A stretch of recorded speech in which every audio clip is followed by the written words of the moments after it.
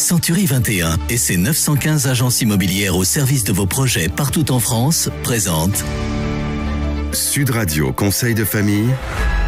Bonsoir Stéphane Moller. Bonsoir Philippe Rossier. Stéphane, vous êtes associé au sein du cabinet VIA et nous nous retrouvons chaque soir pour parler finances, immobilier, droit de la famille, bref, pour parler de gestion de patrimoine. Nous avons reçu plusieurs questions sur le blog de Conseil de famille concernant les différents types de garanties liées au crédit bancaire. Et ce soir, nous recevons Cédric Gauthier, consultant en financement immobilier chez Finance Conseil pour nous aider à y voir plus clair. Bonsoir Cédric Gauthier. Bonsoir Philippe. Alors, bonsoir Cédric, Stéphane.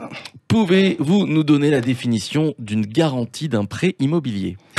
Alors, en contrepartie d'un prêt immobilier qu'elle accorde pour des montants significatifs et des durées souvent longues, la banque exige une garantie en cas de défaillance de paiement. La garantie est apportée par la banque pour sécuriser le dossier de prêt qu'elle consent à un particulier. Cette garantie permet à la banque de récupérer les sommes prêtées en cas de défaillance de l'emprunteur. Alors attention à ne pas confondre assurance et garantie. Eh oui. Et alors justement Cédric, est-ce que vous pourriez nous expliquer la différence entre assurance et garantie ? Alors l'assurance emprunteur couvre les titulaires du prêt sur leur santé, par exemple en cas de décès, maladie ou d'invalidité, tandis que la garantie couvre la banque en cas de non-paiement du prêt. Alors, quels sont les différents types de garanties ? Alors, il existe différentes formes de garantie. La première est l'hypothèque ou l'IPPD. Elle permet à la banque, en cas d'impayé, de pouvoir saisir le bien immobilier et le vendre. Attention, cela nécessitera un acte notarié. La seconde forme est la caution. Cette fois-ci, un organisme se portera caution auprès de la banque. En cas d'impayé du prêt, c'est cet organisme en question qui se retournera contre les clients. Enfin, nous pouvons évoquer également le nantissement pour certains dossiers spécifiques. Il est question cette fois d'adosser un contrat d'épargne au prêt immobilier accepté par la banque. Mais dans la grande majorité des dossiers, la caution est privilégiée par les partenaires bancaires. Et pourquoi donc ?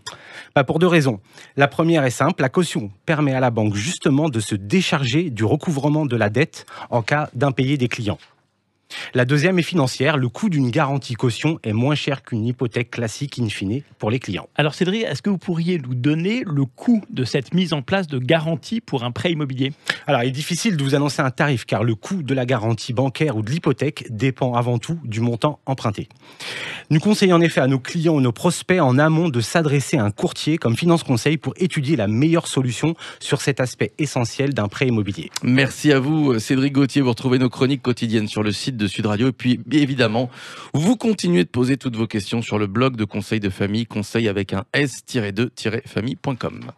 C'était Sud Radio Conseil de famille. avec Century 21 et ses 915 agences immobilières au service de vos projets partout en France.